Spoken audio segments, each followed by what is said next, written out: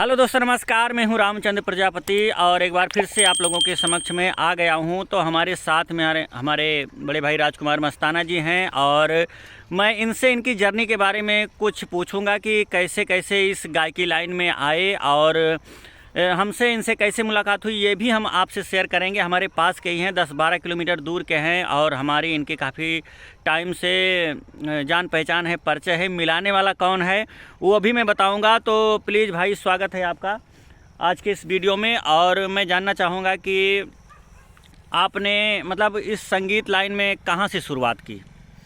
दोस्तों नमस्कार। मैं बताना चाहता हूँ, हमारे रामचंद्र भाई साहब जी पूछ रहे हैं, तो हमारे गांव में एक शीतला माँ का मंदिर था, बहुत पुराना जी मंदिर नहीं था, बस ऐसे ही एकदम बराबर था, सिर्फ एक छोटी सी मूर्त थी। जी।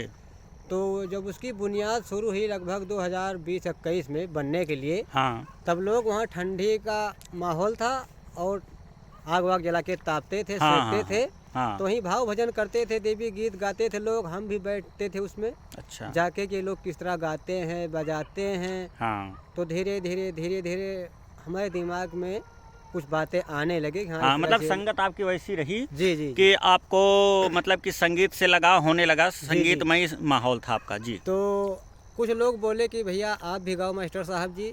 मास्टर कहते थे हमको, क्योंकि हम सिलाई काम करते थे। जी जी।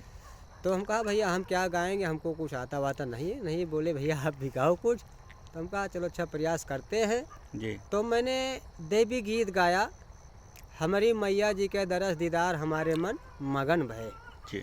तो लोग कहे यार मास्टर साहब आप गीत तो अच्छे जानते हो लेकिन गाते नहीं। हम कहा भैया हम जानते नहीं हैं। तो कोई धीरे धीरे एक दो भजन भी याद आया हमको, जाए गुरुद्वारे गुलामी करबे, जी जात रहन गुरुद्वारे डगरिया भूल गई। जी। इसी तरह फिर हम भजन सुनाए। लोग बोले यार आप अच्छे अच्छे भजन जानते हो। तो कुछ शीतला माँ का आशीर्वाद हुआ। कहते हैं कि जिसके ऊपर सरस्वती का आशीर्वाद हो, सरस्वती दाहिन हो जाएं, जी। तो अपने कामों में कामयाब हो जाता है। जी जी।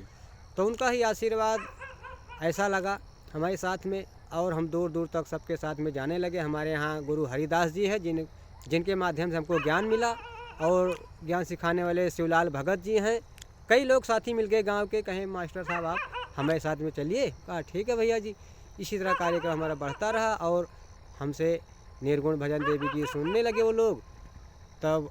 और सबसे बड़ी खुशी की बात यह है कि लवली वीडियो, जो भाई साहब अमेठी क्षेत्र के हैं और हमारे रामचंद्र प्रजापति से उन्होंने ही मुलाकात करवाया। जी। जब हमको ज़रूरत पड़ी कि भैया हमारा प्रोग्राम लगा है रिकॉर्डिंग के लिए, तो एक दो बार तो गए, फिर उसके बाद बोले भैया आज हमारी बुकिंग है, आप रामचंद्र को कर लीजिए। तो उनका मैं तहे दिल से स्वागत करता हूं, बड़े भाई लवली वीडियो का, जिन्होंने, धन्य है उनका जीवन, बाल बच्चों का खुशहाल रहे वो हमेशा। तो रामचंद्र भाई से मुलाकात करवाए और रामचंद्र भाई से हमारी मुलाकात हो गई। हम दोनों नज़दीक के हैं, लेकिन हमको पता नहीं था रामचंद्र का घर कहाँ है और हमारा घर कहाँ है, इनको भी नहीं पता था। हम तो भी इसी तरह हम लोगों की संगत जुड़ गई। हाँ। और बेहद खुशी की बात ये हो गई कि हम लोग मिल गए। और कहते नहीं, हमारे अवधि में कहावत है कि जैसे रोगिया चाहे वैसे बैदा बतावे। तो हम दोनों की मतलब कि ऐसे ये भी सिलाई करते थे और मैं भी सिलाई करता था। और ये भी शुद्ध शाकाहारी हैं, मैं भी शुद्ध शाकाहारी हूँ। और कोई नशा पत्ती इनके पास भी नहीं है, मेरे पास भी नहीं है। तो ऐसे ही विचार मिल गया और हम लोग साथ आ गए और साथ काम कर रहे हैं। और आने वाले समय में आप लोगों को मैं प्रयास कर रहा हूं, हम दोनों भाई थोड़ा सा कॉमेडी से इंटरटेनमेंट करें, कॉमेडी बनाने का प्रयास कर रहे हैं। अगर आपका प्यार आशीर्वाद मिला तो हम लोग कॉमेडी, अच्छी कॉमेडी बनाएंगे और गीत तो सुनाते ही रहेंगे, ये कंटिन्यू चलेगा, इसमें कोई दिक्कत नहीं है। और कॉमेडी भी आती रहेगी और कभी कभी कॉमेडी और गाना दोनों एक साथ रहेगा। जैसे कि आपने शायद सुना होगा कि सड़वा ले जाते हैं बाबा ट्रक में भर के, उसमें भी थोड़ा कॉमेडी हुई थी। और एक जंगली भेड़िया नाम से कुछ वीडियो मैंने क्रिएट किया था कि जब से गांव गांव जंगली भेड़िया आए गए, तो उसमें भी कॉमेडी थोड़ा सा हुआ था। तो उस तरह से कॉमेडी आपको देखने को मिलेगा और गीत भी सुनने को मिलेगा। तो चैनल पर आप लोग बने रहिएगा। और चलते चलते हम अपने बड़े भाई राजकुमार मस्ताना जी से कहेंगे कि इनके पास एक टैलेंट ऐसा है। हाँ, तो वो आपने कैसे सीखा ये हमसे ज़रूर शेयर कीजिए, हमारी ऑडियंस को बताइए कि ये सीटी बजाने वाला जो नुस्खा है आपने कैसे सीखा। जब मैं 7 या 8 साल की उम्र में था जी। तब ऐसे कुछ लोग सीटियाँ बजाते थे और मैं भी बजाने लगा।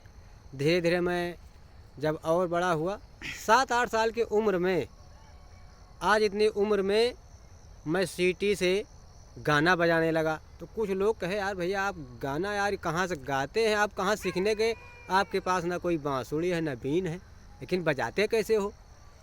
तो इसी तरह धीरे धीरे जब मेरी कुछ और बुलंद बढ़ने लगी तो मैं इसी तरह बजाता रहा।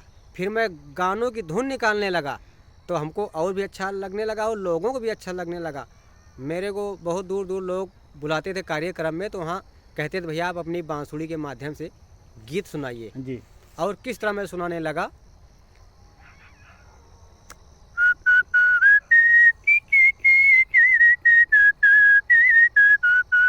वाह,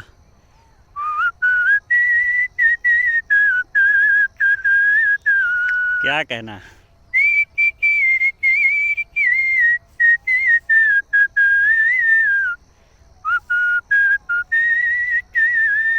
और इसी तरह मैं एक बार सीटी बजा रहा था, एक जगह पुलिस थी, 2-3 पुलिस बैठे हुए थे, गांव के प्रधान भी थे।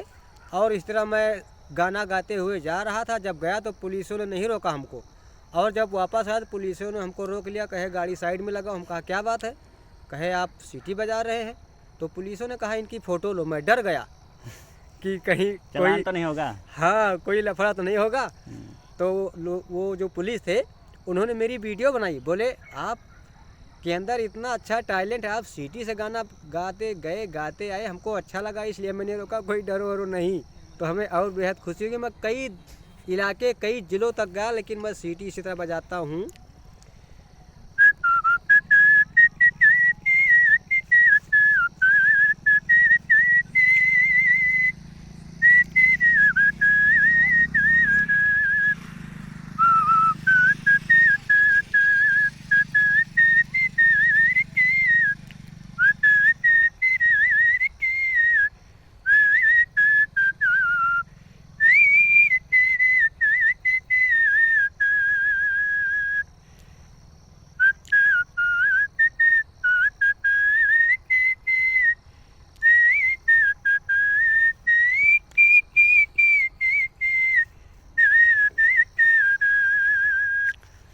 चलिए बहुत बहुत धन्यवाद भाई साहब। और अपनी जर्नी के बारे में आपने बताया, बेहद खुशी हुई। हमारी ऑडियंस आपको जानना भी चाहती थी। और आज की मुलाकात में बस इतना ही। हम दोनों भाई प्रयास करते रहेंगे, आप लोगों को अच्छा अच्छा कंटेंट देंगे, अच्छा अच्छा इंटरटेनमेंट का मसाला देते रहेंगे। आप लोग अपना प्यारा आशीर्वाद ऐसे ही बरसाते रहिए। तो मिलते हैं किसी और वीडियो में, तब तक के लिए जय हिंद, जय भारत।